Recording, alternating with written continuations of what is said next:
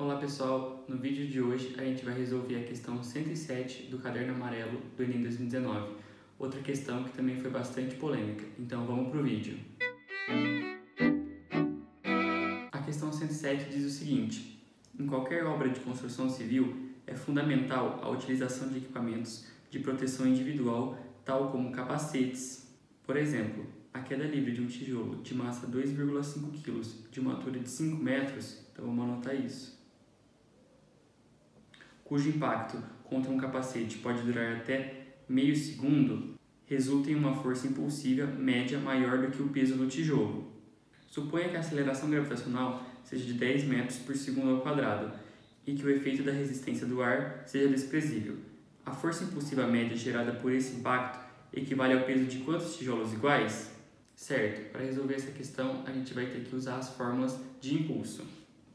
Para o impulso a gente tem a seguinte fórmula: impulso é igual a força vezes variação do tempo, e também temos que impulso é a variação da quantidade de movimento, ou seja, é a massa vezes a velocidade final menos a massa vezes a velocidade inicial. Juntando essas duas fórmulas, a gente chega na seguinte fórmula: força vezes variação do tempo é igual a massa vezes velocidade final menos massa vezes a velocidade inicial. A variação do tempo ΔT, o enunciado já deu pra gente e falou que era meio segundo. As massas do objeto a gente já sabe. A velocidade final desse objeto é zero. Porque o que está acontecendo? Inicialmente tem um tijolo que está em repouso a 5 metros de altura. Ele vai começar a cair, então ele vai adquirir velocidade até acertar o capacete. Quando acertar o capacete, ele vai perder a velocidade. Então a velocidade final é zero. E a velocidade inicial é a velocidade um instante antes dele chocar com o capacete. Só que a gente não sabe essa velocidade ainda, então a gente vai ter que dar um jeito de descobrir ela. E esse F é a força que a gente quer descobrir. Então, primeiro, vamos descobrir qual que é essa velocidade inicial. Para resolver isso, a gente pode usar conservação de energia mecânica. Então, a gente vai ter que a energia mecânica inicial tem que ser igual à energia mecânica final. Qual que é a energia mecânica inicial do tijolo? Ele estava em repouso, porém ele tinha uma certa altura, então ele só tem energia potencial gravitacional, então ele só tem o mgh. E a energia mecânica final vai ser a energia cinética, porque durante a queda ele transformou a energia potencial gravitacional em energia cinética. Então a gente vai ter que é meio de mv². Então vamos resolver isso. A gente pode cortar a massa, que é a mesma, e ficamos com gh igual v² sobre 2.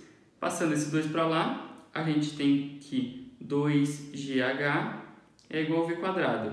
Então 2 vezes g. G é a aceleração gravitacional, que é 10. A altura era 5, como o enunciado deu pra gente. E a velocidade é o que a gente quer descobrir. Então multiplicando isso, a gente tem que 100 é igual a v², portanto v é igual a raiz de 100. E isso é igual a 10 metros por segundo.